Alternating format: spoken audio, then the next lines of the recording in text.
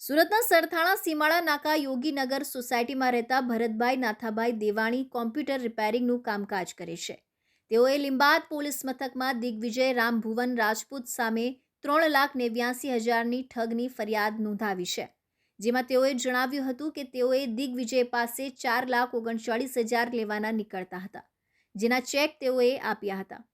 ખાતામાં બેલેન્સ ન હોવાથી ચેક રિટર્ન થયા હતા, જેથી ભરતભાઈએ નામદાર કોર્ટમાં ખાનગી ફોજદારી ફરિયાદ ધી નેગોશિયેબલ ઇન્સ્ટ્રુમેન્ટ એક્ટ 138 અને 142 મુજબ ફરિયાદ નોંધાવી હતી.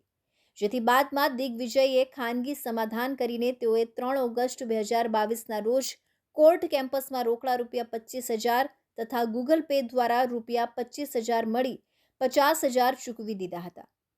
બાકીના 3,89,000 ટૂંક સમયમાં ચૂકવી દેવાનો વાયદો આપતા ભરતભાઈએ દિગ્વિજય વિરુદ્ધમાં નામદાર કોર્ટમાં કરેલી ખાનગી ફરિયાદ તારીખ 3 ઓગસ્ટ 2022ના રોજ વિડ્રોઅલ પ્રોસેસ આપીને પરત ખેંચી લીધી હતી.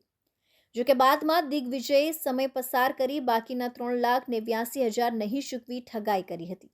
જેથી ભરતભાઈએ આ મામલે પોલીસ ફરિયાદ નોંધાવતા લીંબાદ પોલીસે ગુનો નોંધી તપાસ આદરી છે.